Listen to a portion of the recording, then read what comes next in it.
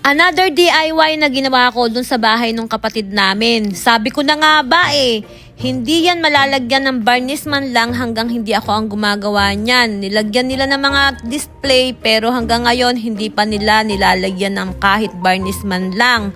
Itong design na to ay nakuha ko lang nung minsan nanonood ako ng Reels video. Tapos sabi ko parang madali na namang gawin. Matagal na niyang pinapagawa ng kapatid namin yung kanyang lagayan ng TV kasi ang nakalagay dyan dati yung parang babasagin. So ganito lang yung ginawa ko, bracket na lang. Meron akong mga available na bracket na ganyan sa bahay. Actually, ang gusto ko sanang gawin dyan ay yung naka 45 degree tapos isasabit mo na magka-partner siya. Kaso mabusisi yun kaya sabi ko ganyan na lang. Tapos sabi niya wag na nga daw lagyan ng likod.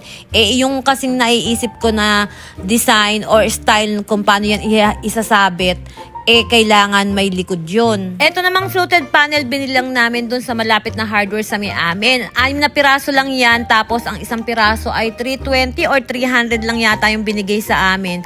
Kaya nasa 1.6 lang yata yung binayaran ng kapatid ko dyan. Tapos tinikit lang namin gamit ang No More Nails. Sabi ko sa inyo napaka proven and tested na ang No More Nails ay hindi tayo ipapahiya sa paggamit. Ito naman, 2 shelves na yan, pa-box ang style niyan. Tapos may ginawa ako na susutan ng box na yan. May mga previous video na ako kung paano ko yan ginawa. O yun lang. Thank you for watching. Till my next video. Bye!